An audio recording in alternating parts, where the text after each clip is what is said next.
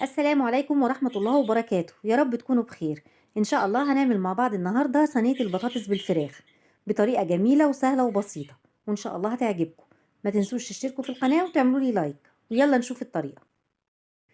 أهم حاجة إنك انت تكوني غاسلة الفراخ كويس عشان ما يبقاش فيها أي زفارة. هعمل خليط من الدقيق الأبيض ودقيق الذرة والملح الخشن، وهدعك الفراخ بيها كويس، وبعد كده أشطفها وانقعها في مية بخل لمدة ربع ساعة، وبعد كده أشطفها كويس وهتبقى جاهزة إن احنا نشتغل فيها. وبالسكينة هبتدي أعمل فتحات في الفراخ علشان لما أعمل التتبيلة تدخل جواها وتتشرب وتديها طعم حلو. هحضر تتبيلة الفراخ، هنزل بشوية زيت، وهكون بشرة بصلة كبيرة وهنزل بيها فوق من الزيت،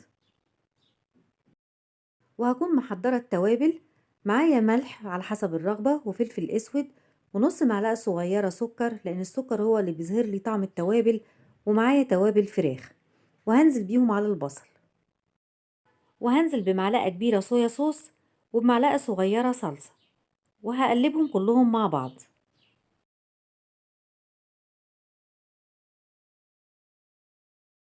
وهجيب الفراخ واحطها في التتبيلة، وهحط التتبيلة في قلب التشققات اللي احنا عملناها علشان تتشرب منها كويس، وهدعكها من جميع الجوانب بالتتبيلة اللي احنا عاملينها.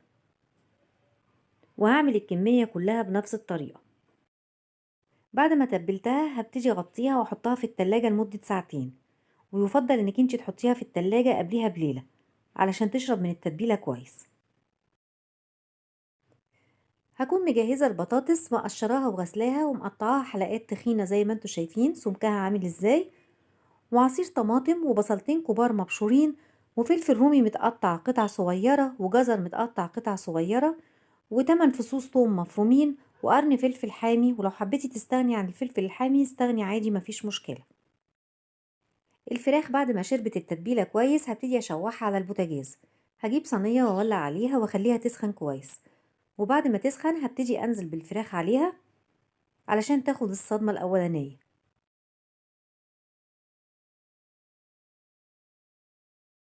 وهسيبها شوية على البوتاجاز، وبعد كده هقلبها الناحية التانية عشان تتشوح.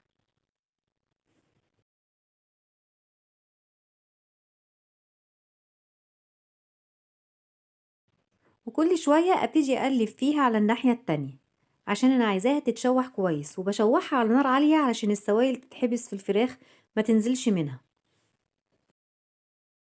بعد ما الفراخ شوحتها كويس من جميع الجوانب هبتدي اوطي النار واطلع الفراخ،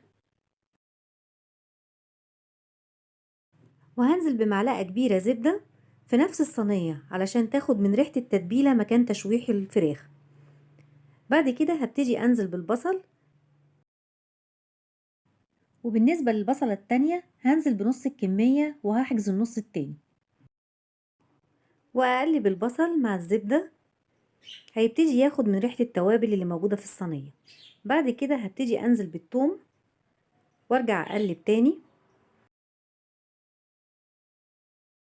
وهنزل بالفلفل الحامي، وبعد كده الفلفل الرومي، وهنزل بالجزر، وابتدي أقلبهم كلهم مع بعض لغاية ما الخضار يبتدي يدبل.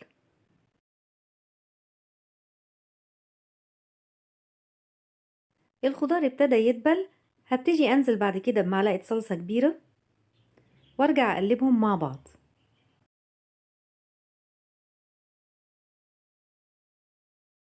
أضيف التتبيلة اللي باقية من الفراخ، بتديها طعم جميل جدا. وهنزل بعصير الطماطم، ومش هنزل بالكمية كلها، هحجز جزء منها، وهقلب عصير الطماطم مع بقية الخضار.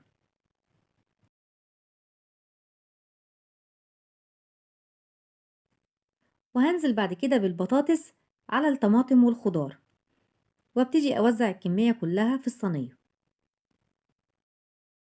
وهجيب كوباية مية وهحط فيها معلقتين ملح، وهبتدي أقلب الملح فيها، والملح طبعا على حسب الرغبة وعلى حسب كمية البطاطس اللي انت بتعمليها. وبعد كده ابتدي أنزل بيها على البطاطس،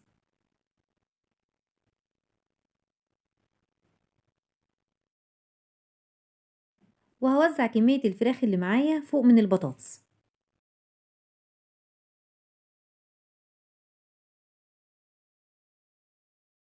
وبالنسبة لعصير الطماطم والبصل اللي احنا كنا سايبينه على جنب، هبتدي انزل بالبصل على عصير الطماطم، وهضيف له نص معلقة صغيرة فلفل اسود، وابتدي اقلبهم مع بعض.